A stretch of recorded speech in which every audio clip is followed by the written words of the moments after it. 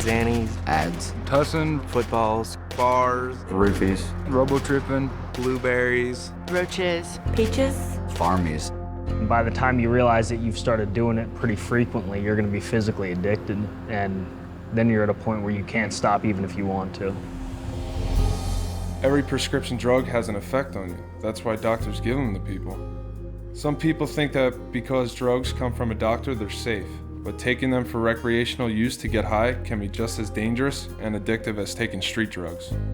A pill can have a totally different reaction on you than the person it was prescribed for. So a drug that's okay for somebody else could be dangerous for you. Because of potential for abuse and addiction, the DEA puts many prescription drugs in the same category as opium and cocaine. They're made obviously by pharmaceutical companies. There's basically 4 different categories: depressants, opiates, and morphine derivatives, stimulants, and antidepressants. They come in capsules, tablets, and liquids. A lot of people think that taking a prescription medication is okay because it's not illegal. But the truth is that taking a prescription drug or giving a prescription drug is a form of using drugs or drug dealing. The first time I ever took Xanax was with friends. They just had some and I was curious. I was curious, and I had a friend that just told me about it, and I wanted to try it, and I tried it. It was in high school. I remember one of my friends had gotten a tooth pulled, I think it was, and got a prescription of them. He had an entire bottle, and he was just telling me what it was and if I wanted to try it, and I just went for it. I was introduced to it by a friend of mine that actually was going to see a psychiatrist to get it. I was just hearing all of these good things, or these fun things. And it's like you're drunk and you don't have to drink. It's like, oh, they must be great. I'll try one. It's like, okay, well, here, take these. You'll have a great night. You're gonna feel really good. And, it's gonna be totally fine. My best friend in high school, she gave me one because her boyfriend used to take them. And she thought that they made her more comfortable around him and more secure about herself. And so she was like, hey, try one, I'd try anything that anybody had, just test out different prescriptions, and it just kept moving up. I wasn't picky about what kind I took, whether it was Klonopin or Xanax or Valium. So many of my friends were getting it prescribed from psychiatrists, and they were going to 2 or 3 different ones a month, so we had a pretty steady flow of it. I started going to doctors and, telling them a lie about trying to get Xanaxes, telling them that I couldn't concentrate at school, or I was just nervous or not comfortable around anybody.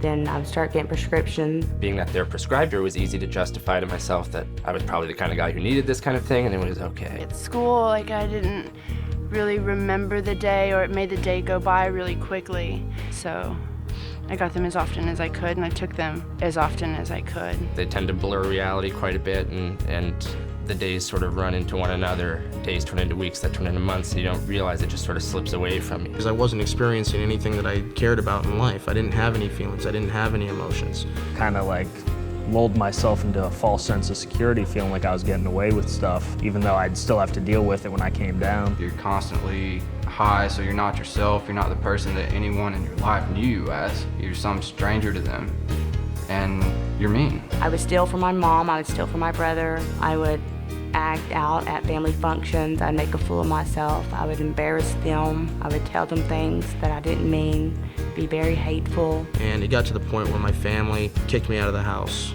and weren't willing to have me around when I was taking it because of how violent I would get. Within 24 hours, you're starting to come down and you crash off of it. Feeling like the worst case of the flu, can't move, can't think, just don't feel like yourself at all. Feel yourself starting to get depressed, being just less happy with everything around you. I was very depressed. My panic attacks and anxiety was at a very high point. I would be very emotional.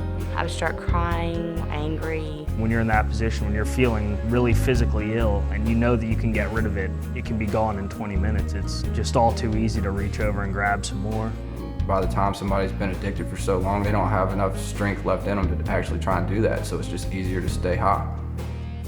I would black out, and you're like, okay, what happened for the last 2 days? You'd piece things together, and you couldn't remember it one bit, totally black. When I would black out, I was completely awake, but I have no recollection of what happened. On my way home from the party, I got into 3 different car accidents because I was blacked out and I had no idea what I was doing. Got to my mom's house and the cops were coming. I knew they were coming. My only solution was my plan was to blow up my car in my mom's driveway. So I went out and I set my car on fire. I passed out at a party. I woke up. The next thing I knew, I was at a hospital, and my friend that I was at the party with told me what happened and said that I took about 20 Xanaxes that night. They called an ambulance, took me to the emergency room, and they had to pump my stomach. They thought I was trying to kill myself, but I was just trying to get high. I was drinking with the guy, and he kept on encouraging me to drink more, and I didn't understand. I just didn't really question it. I think I was 16. And then about a few hours later, I woke up in his bed and we were having sex and I started crying and I pushed him off of me. I don't know how he thought that was okay. I don't know how I didn't say no. I don't remember, so I assume that I did, but maybe I didn't. Like you just don't know. When you use Rohypnol and you're forgetting everything, you have no idea what you really did. A guy that I used to know is on death row now in Arizona because he was on Rohypnol.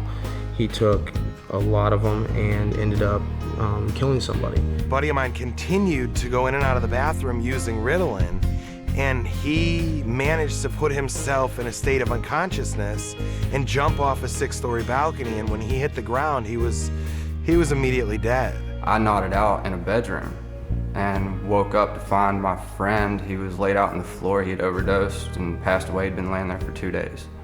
And my friend, this other girl, she was sitting in a chair right where I'd left her, slumped over, blue. I actually had to crawl over 2 dead friends to get out the door. Even when you come off of it, you're still cloudy in a way. Can't comprehend, short-term memory loss. Things don't seem to be as clear in my mind. Things don't seem to connect as quickly in my mind. I don't remember any of the times that I was blacked out. Everything that I know from when I was blacked out comes from third party, so there's definitely chunks of my life that I'm missing, and I don't know that I'll ever get them back. There's weeks of time that I have no idea, what was going on. The people who want you to buy these drugs don't care. They really don't care about what happens to you. They want the money, and that's really what it comes down to. Otherwise, they just wouldn't do it. They wouldn't make it sound so good. They wouldn't make it sound so interesting. They wouldn't make it sound like this thing that it's gonna be this one-time fun thing. If I knew what the side effects and the consequences, and if I knew that I was going to be the way I was, there would be no way that I would have ever taken Xanaxes, because still to this day, I have a lot of regrets. The biggest danger of it is seriously the word of mouth. People talk about it and always talk good about it because they think it's okay, it's not going to hurt you. But it's just as hard on you as a cocaine would be. Eventually it gets to where it grabs hold of you and sucks you in. Just because it's readily available, or just because you can get it from your doctor, or just because your mom has it in the medicine cabinet or whatever, doesn't make it okay, and it doesn't mean that it's safe. I remember when I was little, you got TV saying just say no. I'm like, okay, just say no, whatever. But nobody ever says this is gonna kill you. This is gonna take your life away. This is gonna make your family hate you.